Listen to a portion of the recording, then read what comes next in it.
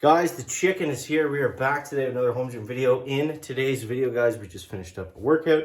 It's very cold in here, hence all of the extra clothing. I'm too cheap to run the furnace, so it is what it is. Benefits of a home gym, right? So what I wanted to talk about today was what the cost of a home gym looks like in the end of 2021 going into 2022. I feel like this is, maybe the least discussed point about a home gym, but also literally the most important. I mean, if you can't reasonably buy all the stuff that you need to outfit a space to be a gym, then you're never going to do it. And a lot of people don't talk about it because it is expensive. So I wanted to just kind of do a quick little walkthrough of my setup here.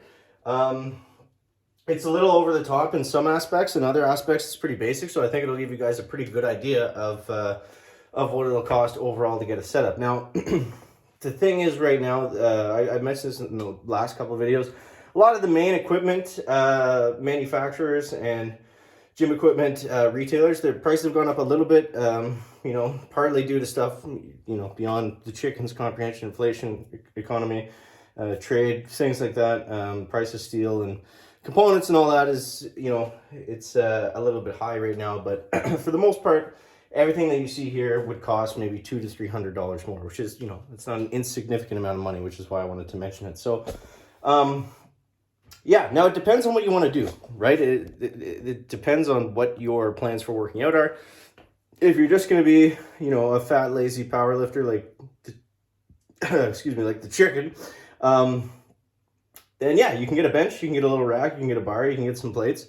You get a decent setup for not that much money. But I mean, if you want to do other stuff too, that's where the cost is really going to step up. So we'll start over here.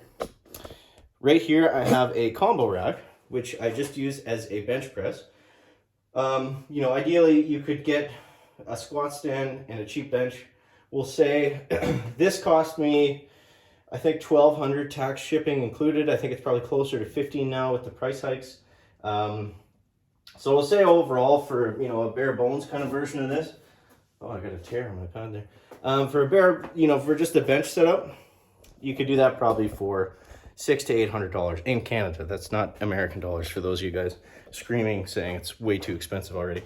So over here, I got my rack. Now this is literally a squat stand with the HR2 attachment. I always get questions about this, guys. This is the SML1 with the HR2 half rack attachment. You can do this. You just have to make sure that you order the 70-inch upright post. Then it'll match the top over here, and it'll be flush and it'll fit. But yeah, squat stand, that's going to run you $500 to $600, depending on quality. All of the prices are going to be subjective, obviously, depending where you get them. But I'm trying to give just kind of an average baseline. So yeah, I mean, you could get a bench, you could get a squat stand. If you want to do it separately like I do, it's going to be more expensive, but we'll say overall we're maybe at $1,000 at this point, which is not what a lot of other people will tell you. But I mean, we got to factor in tax, shipping, and the price increases and stuff now. Now I have a belt squat here. Obviously, that's not going to be something that you need. These right now go for $1,000. I think I got this for $700 at the time. Weight plates. Now, weight plates are going to be where you either save all your money or spend all your money. For me, this is where I spent a lot of my money. These cost me about $2,500 with freight shipping to my door. Now, Rogue is actually probably overall the best place to buy weight plates if you can't find a spot on Craigslist or Marketplace or Kijiji, whatever it is you like to use. If you can't find used plates for cheap, then I would go with Rogue, and I would either go with the deep dish plates or the cast iron plates in terms of budget. But if you're looking at, this is again what a lot of people won't tell you, if you're looking at getting at least 500 pounds worth of plates, which is kind of the standard for, if you're going to be deadlifting, most people can deadlift, 315, and you don't want to be buying, you don't want to grow out of your plates really soon. So 500 is usually a good mark. I have, I think, 675. So, and like I said, these are different quality. These are machine plates. They're just more expensive. They look kind of nice. But I think you would probably be looking at least $1,300 to $1,500 for Depending where you live, because the shipping on these gets pretty crazy, because it is expensive. It has to ship freight, and it usually comes on a big truck. So, depending on where you live and what currency you're in, I would say minimum 1,000. I would budget for your weight plates, if that's around the amount of weight that you're going to need. Yeah, so what does that bring us to? 2,500, 3 grand. We didn't even talk about barbell. Barbell is going to be, barbells are important. Most people say, the bar is what connects to the ground, so make sure that you don't, blah, blah, blah, skimp out on the barbell. The thing about barbells is, to go from cheap to premium, there's not that much of a price difference. So if you get one for, $100 from Amazon, for example, or Walmart or something like that, which you can get right now, you might as well spend $300 and get a nice one. You don't want it to break, you don't want it to bend, you don't want it to damage your stuff, you don't want it to rust really easily. So, there's a ton of different spots where you can buy bars. I made a whole video on that, specifically to Canada. But yeah, so there's not a huge reason not to go with a nicer barbell. So we'll say that costs you $350. So that brings us to a grand total of, what do we say, 500,000, 1,500, 225 to 3,000, and that's without anything else. That's no bands, that's no mats, that's no, by the time you get completely outfitted, horse stall mats, they're going to be $100 a pop. You're probably going to want to make some sort of platform. You could do that cheap before, but everyone knows the price of wood it's actually started to come down a little bit, but, you can make your own deadlift platform, and, you can make, a little lifting platform to stand on, to squat on, just with plywood, which is what I did. I have the Rogue base, but obviously you don't need that. So you could do that, throw in a few $100 more, and yeah, so that's the basic cost. You're looking at 3,500, 4,000 more likely by the time you get everything. That's assuming that you don't have to renovate your space at all. I had to completely, gut and clean up and paint, and fix up all the mechanical in the basement here. So that was expensive. So just something else to think about. But the thing is, it's an investment, right? It's it's how much you value your time. How much time does it save you? Do you work out more because you have a home gym? So, it's an investment in your health too, versus the cost of car maintenance and fuel, and which is also extremely expensive. Everything's just expensive right now.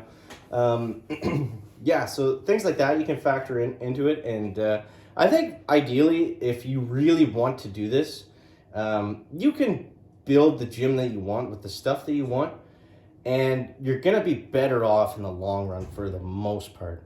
If we're looking at this on like a 10, 15, 20 year kind of scale, then it's not a bad investment, especially when you add up the time. That's the biggest thing for me. My gym was, it's about 20, 25 minutes from where I live. I also work. I have an hour commute, one way to work. So I'm already driving, 2 times 5, 10 hours a week. Plus, if I go to the gym 2 or 3 times a week, typically I would go once on the weekend and then twice during the week, or 3 times during the week, once on the weekend. That's another hour or 2 over the span of weeks. So, it adds up. It adds up, to quite a lot. So, I think for me, it made a lot of sense, and I'm super happy with not only the time that I've saved. Obviously, I haven't made back the money just yet that I put into here, but for me, the time that I've saved, the reduced stress and not having to drive as much, and the biggest thing I was worried about when I did this, when I started the home gym, was, are my workouts going to suck? How much am I actually motivated by seeing, people that I don't like in my hometown working out right beside me? How much does that actually motivate me to lift more? And it definitely does. That's a big part of it for sure. But, I've actually found, and I'm not one that's like highly motivated. I can definitely stay disciplined on a workout program. If you can't do that, then, maybe it doesn't make sense, because it is a little bit harder to work out at home. But, I'm not, I don't know. I wasn't going crazy in the, I don't really know what I'm trying to say, but just basically I'm happy with the level of motivation I was able to maintain in my home gym. And I've actually I've actually made more progress lifting here in the last year and a half than I did like in the last 2 or 3 years lifting at the gym that I used to go to. That's kind of what I was trying to jumble out of my mouth. But yeah, so yeah, that's basically everything. That's kind of a look at the cost. I know the cost is always the biggest thing, so I really wanted to make like a full kind of video on that. I've done other videos where I look at prices online and that kind of thing, and you can get a really good idea. But yeah, let me know in the comments, guys, what you would be interested in seeing next. I know the holidays right around the corner. New Year's coming up. People are, there's more coronavirus coming out. Another variant, which is always fun, coming after us. So people are going to be there. There might be new lockdowns. There might be people looking for gym equipment. So people might be looking just for a basic setup just to get them by for right now, or for what seems like the new normal. But either way, hope you guys enjoyed the video. As always, make sure to like and yeah, like if you like the video. You can't dislike it anymore because YouTube removed that button, which is great. Protect the corporation, screw the creator. And yeah, how do I wrap these up? Oh, subscribe to the channel. I appreciate it if you do that. We're almost at 1,000. My goal is when I get 1,000 subscribers here, I'm gonna buy a nice camera, and then I won't be doing this on my phone, and you'll get to see how disgusting the chicken is in 4K quality or whatever the difference is. All right, I'm rambling on. Thanks, guys. We'll catch you next one. Chicken out. Back.